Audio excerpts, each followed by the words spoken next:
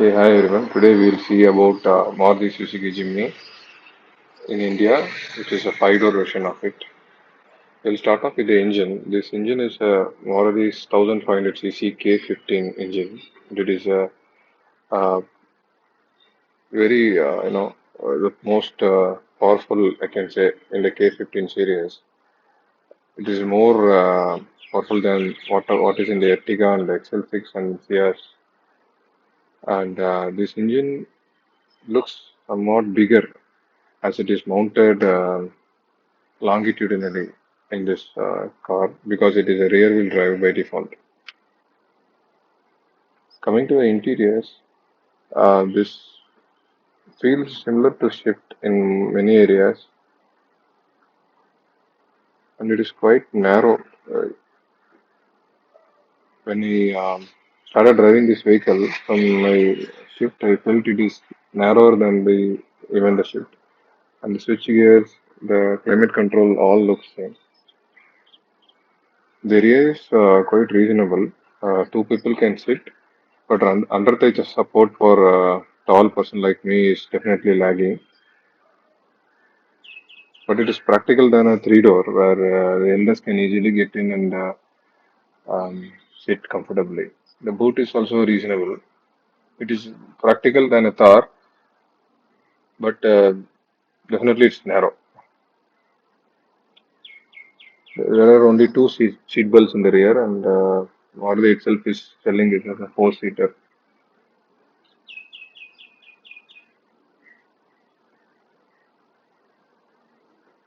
So this opens up automatically, the rear door.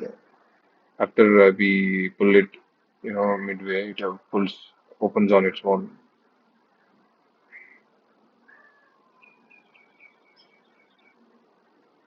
So the power window switches are like this, and these all are looking similar to the other Maruti parts. But overall, it is packaged well.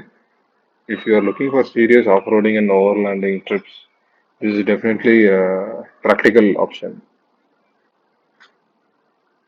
This is all grip system. You can see the back, and the tire is definitely smaller. You can go for 225 section.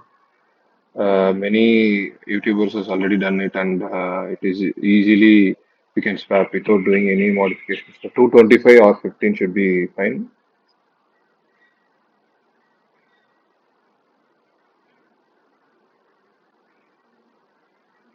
And coming back to this engine, when I drove it, I felt it is good, very capable.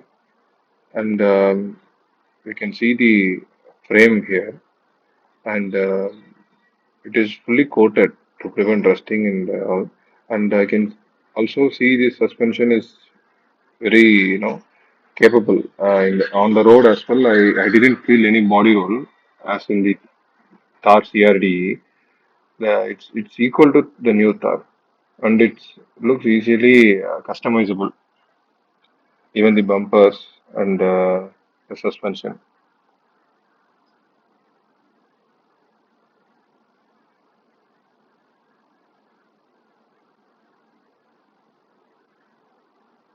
So rear also it is having anti-roll bar pre-installed from the factory, and the exhaust also looks it is we can easily swap it with the open pipe, and we can easily install the aftermarket exhaust to make the ride still more sportier. Yeah, closer look to the exhaust. You can put a valvetronic easily here. There is a lot of space. You can see the anti-roll bar, which is very essential to minimize the body roll. So it's well contained in that. The four-speed automatic transmission, the torque converter unit is very good, and we can lock it in second gear, and is good for off-road. I tried some mild off-roading. I tried four-wheel low and four-wheel high. Even when I slot it to four-wheel low, it doesn't feel any jitteriness. In car, we feel that small, jitteriness where it will be eager to move even if you hold the brake. I didn't feel any of that here, and overall, it's very smooth.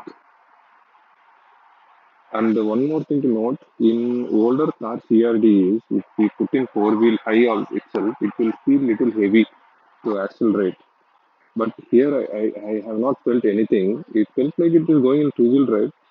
Just mild, mild tightness. I mean, when we give the accelerator, we feel that it is a bit slow to accelerate, but it's definitely better than the Thar CRD. Even for the new Thar, it doesn't feel that we engage four-wheel high.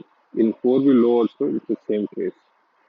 I haven't got a chance, to test its limits in four-wheel low, but in my short spin with it, it is definitely, lot smoother and capable.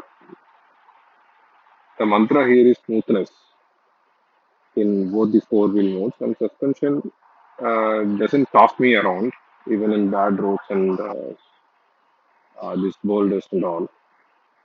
So there is no need of any to certify its off-road capabilities. It's well proven. Even if we search it in YouTube, it is even compared with um, the Hummers and many cars, Jeep, Wrangler, Rubicon. It has been compared in YouTube abroad. You can watch Car Now channel to know how capable it is off-road. They have compared it with Rubicon and other big off-roaders. So due to its small size and the size to weight, power to weight ratio, it really capable. It's really capable of the road. The final verdict is, if you are looking for this car as a style statement, then definitely it looks cooler if you just upgrade the tire to 225 section. And coming to the second, if you are an off-roader, definitely it is much more capable and it is already proven abroad. It is much more capable in many places where the lightweight really matters. And the only disadvantage I see is it is bit narrow. Just check if it is okay for you, and then definitely it's worth buying.